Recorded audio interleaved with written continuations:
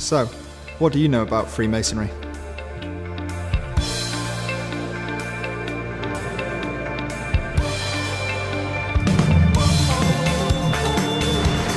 He has his friends and I have my friends, but but we get on together well. Yeah, I think I'm a bit of an adrenaline junkie, really. Yeah, to say the least.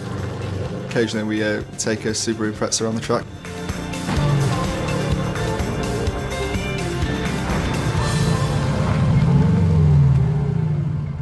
Sam knew that I was a Freemason, but he didn't really know a lot about it. And so I basically said to him, well, why don't you go join and see what it's like? And so he did.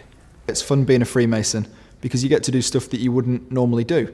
You know, you're in a society, it's a fraternal society, and everyone's really nice to you, and you all sort of get together and you have a laugh, and there's no preconceptions about because you're young, you know, you're this or you're that. They treat you as an equal, and it's great that you've got, you know, people from different age groups, young Masons and old Masons together.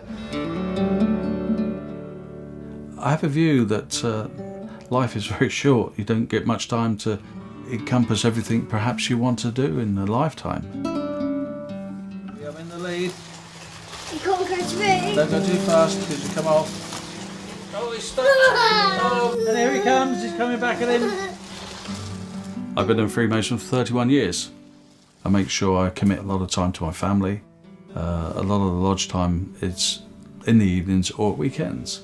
And I won't sacrifice time from my family for Freemasonry. We have a saying, it's family first, then work, and then Freemasonry. It shouldn't be detrimental to our family life or our working life. And I make sure I balance it very well.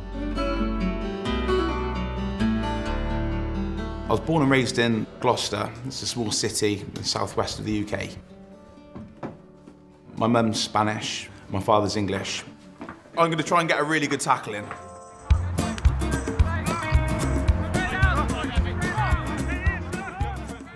I spoke to my friend and asked about it. He spoke to me in great depth, gave me an insight into Freemasonry, and I thought, that sounds good, that's something I want to be a part of. The groups of people that you are with, it's called a lodge, and the lodge is just basically a group of friends, young, old, rich, poor. We're all just men that are just having a good time, and people that in life I probably would have passed in the street, never even spoke to, never even exchanged comments, thoughts, or sort of life stories. I run various businesses, a construction company, I'm partner in a recruitment company, and the part of the business that I prefer the most is the Art Behind Bars and Break the Chain, which is a prisoner rehabilitation scheme. This is work that I've done previously before being a Mason. Being a Mason's given me the motivation, skills to do what I'm doing and continue it. I'm Stephanie Chambers, Alistair's wife. Tonight we're going to a Freemasons ladies' night. Initially, before he joined, obviously there was a time where we were discussing it, which was nice, he involved me in. And we discussed it, we looked at things. I was concerned it might take up a lot of his time because we were short of time, 5 children. The business it's quite a busy household. But actually it hasn't. You look at why Freemasonry has been successful. I think it's much more to do with the common desire to behave properly, to look after each other and enjoy each other's company. And all that naturally leads to charity. But Freemasonry wasn't set up originally for charity. It's just been a completely natural byproduct of it. I can give you an illustration that with the Philippines hurricane, it gave £50,000 nearly on day one to the Red Cross. And the fact that it can react so quickly to these disasters is of enormous benefit to the charities which are the recipients. Charity is really important to me.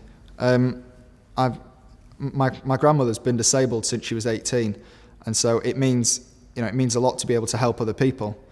And I like to get involved as much as I can through my lodge and by myself. For example, last year I did the Movember charity. And there's a lot of things that we do through the lodge as well. We decide who we're going to give money to for what purposes.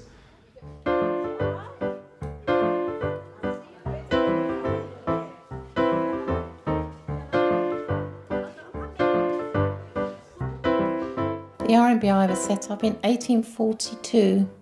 We cater for dementia care, residential care and nursing care. Today we are making fairy cakes. Sugar in with your margarine. We have quite a bit of fun here one way and another.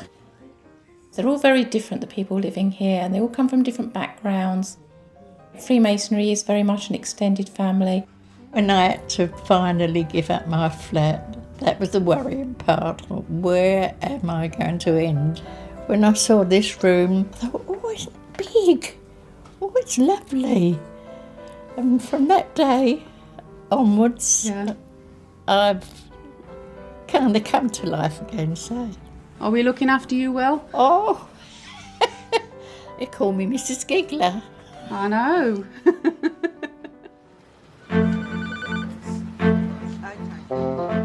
My wife had a serious allergic reaction. I raced her to A&E and they had to resuscitate her. An incredibly frightening experience. As a thank you, we thought, is there something we can do, particularly to help A&E, and particularly to help children who find themselves in such a frightening environment?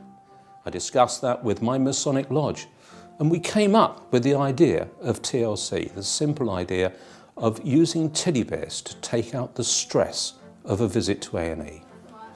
Coming to a place like this is quite strange to them, quite stressful. Teddy bear, soft teddy bear, always softens the blow. You got babies coming in crying and you do everything that you could possibly do. You can pick any colour. When you see their faces, when you give them a teddy bear, it cuts down the assessment time just so you can just take your observations, heart rate, and it just makes them feel better. As soon as you give your teddy to a child, you know, that brings a smile to their face. Most children name the teddy straight away. One guy this morning, young chap, called his teddy hula hoop. So that was cool. We all have the same interests, which is helping other people and an interest in the history of Freemasonry, which has brought us all together. Since I became a member, it's been absolutely clear that history is extremely important. Freemasons Hall in Covent Garden, our headquarters, was built as a monument to those who died in the First World War. The building is open to the public, as indeed are virtually all Masonic buildings throughout the country.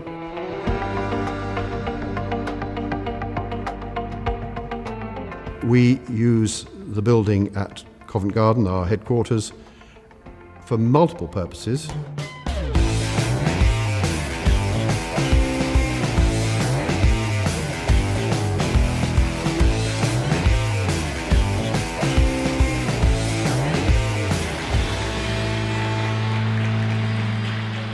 Is Freemasonry right for everyone? I would say yes, as long as you don't carry your preconceptions with you.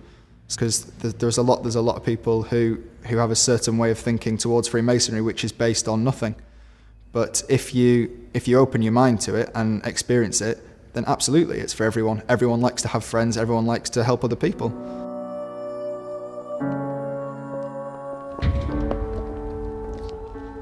It's not about what all the people have done in the past, what you're doing now. It's about what people are going to be doing in the future.